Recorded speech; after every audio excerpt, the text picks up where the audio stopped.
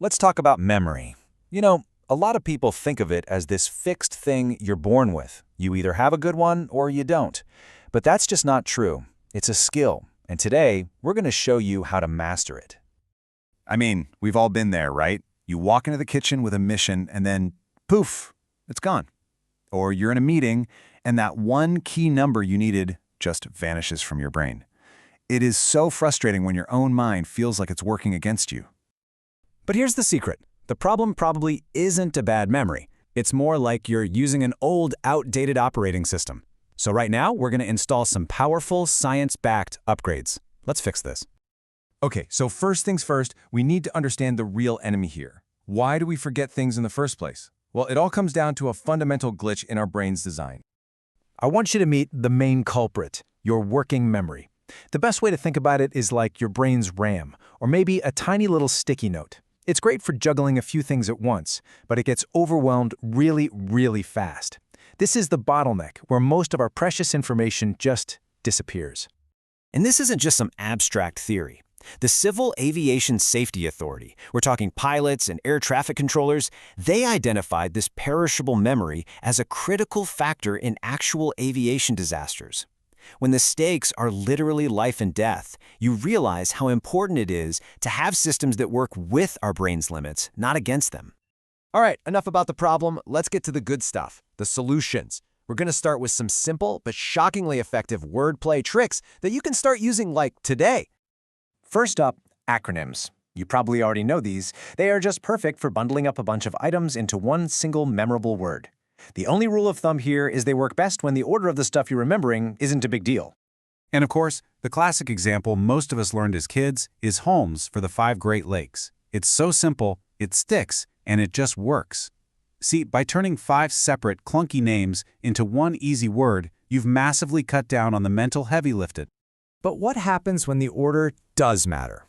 Well, that's where acrostics, or what you might call sentence mnemonics, come into play. For this, you just create a memorable or even a totally silly sentence where the first letter of each word is your cue. And you know this one from math class. Please excuse my dear Aunt Sally. This one little sentence perfectly locks in the entire complex order of operations. It turns an abstract, boring rule into a little story, which makes sure you always solve the equation in the right order. Okay, time to level up. We're moving on from the simple word tricks to one of the most powerful, most legendary memory techniques ever created. This is a method used by ancient Roman orators and modern-day memory champions. It is time to build a memory palace. You know, the story behind this is just incredible. So the Greek poet Simonides is at this big banquet, right? He steps outside for a minute, and the entire roof collapses, killing everyone else inside. The bodies were unrecognizable, but Simonides realized he could remember and name every single victim just by mentally picturing where they had been sitting. He stumbled upon a profound truth. Our brains are absolutely brilliant at remembering places. So how do you actually do it? It's simple. Step 1, pick a place you know like the back of your hand. Your house, your daily commute. Step 2, take the things you need to remember and turn them into vivid, bizarre, unforgettable images. And then you place them along a route in that location. Honestly, the weirder the better. Finally, to remember everything, you just take a mental walk through your palace and see what you've left there. And this right here is the whole secret. Rote memorization. Just repeating stuff over and over is passive. It's fragile. But techniques like the memory palace, they are active.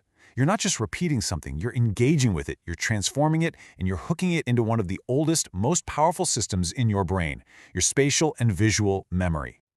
So how do we make all of this even more efficient? Well, having a great memory isn't just about storing things. It's about organizing information intelligently so you don't overload that working memory bottleneck in the first place. This brings us to a beautiful little concept called chunking. Your brain just can't handle a long 10-digit number like 423-722-4692. It's too much, but it can easily handle 3 little chunks, 423-722-4692. By breaking down big complex info into smaller bite-sized groups, you make it so much easier for your brain to handle. Another amazing organizational tool is the mind map. So instead of taking notes in a straight line, you create this visual web of ideas. This helps you immediately see the big picture and, more importantly, the connections between different concepts. By organizing the info like this on the page before it even gets to your brain, you're basically doing the hard work ahead of time. You're offloading that cognitive load. And hey, this isn't just some neat trick. A huge review of 50 different studies in science and tech education found that a whopping 80% of the time, mind maps were being used as a core learning tool. That tells you just how effective they are at helping students really get a grip on complex stuff. And this right here, this explains the secret science behind why these visual tricks work so well. There's a fancy term for it, dual coding theory, but just think of it as your brain's way of making memory stick twice as hard. A study proved it. If you just use words, you get the lowest recall. But the moment you add a picture, or even just imagine a picture, your recallability skyrockets. It's like you're giving your brain two different pathways back to the same memory, a verbal one and a visual one. It's a built-in backup system. Okay, so let's pull all of this together. If you only remember one thing from our time together, I want it to be this. A powerful memory is not something you have, it's something you do. You now have a complete toolkit ready to go. You've got simple wordplay for those quick lists, you've got powerful visualization for the really complex stuff, and you've got smart strategies to organize everything. And what's the one thing they all have in common? Every single one of them forces you to actively engage with the information. You have to transform it. That's the secret. And look, don't just take my word for it. Memory experts, the people who compete in world championships, they all say the same thing. The folks who can memorize decks of cards in seconds don't have different brains than you or me. They just use proven techniques, like the ones we've covered, and they practice them.